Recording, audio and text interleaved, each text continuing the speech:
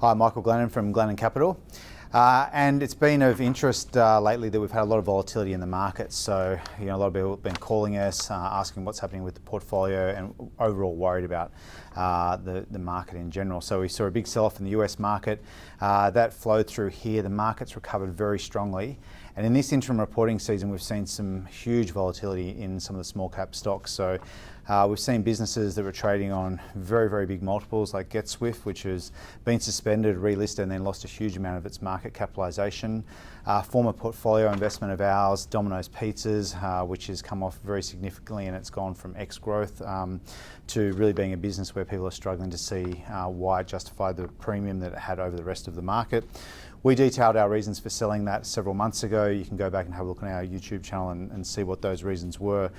We sold out close to $80 when we felt that things had changed and the outlook for the business had changed significantly.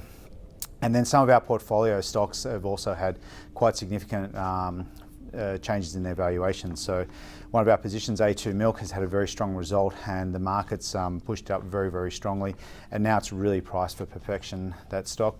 We've also seen some of the other smaller businesses that really struggled last year when a lot of those very high PE stocks kept getting more and more expensive, and we saw businesses with very strong fundamentals really lagging behind both resource companies and the very high concept type PE stocks. So we saw a good result from one of our portfolio investments, CML Group, which did very well. I mentioned A2 Milk had a good result.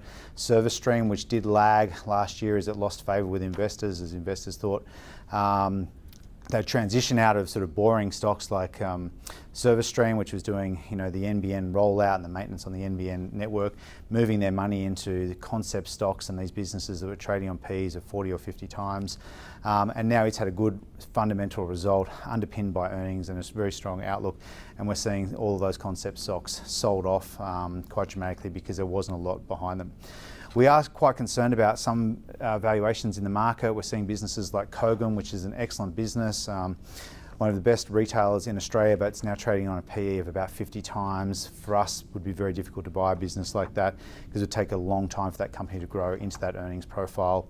It has a lot bigger market cap than bricks and mortar retailer Myer, which has got its own worries at the moment. So we are concerned about valuations. We're comfortable with the valuations of our portfolio, and we're quite happy that we're seeing some of those businesses that we had that really lagged last year starting to really have their share prices and the fundamentals in the businesses reevaluated by the market in positive share price movements. So I'm Michael Glennon, and thanks for watching.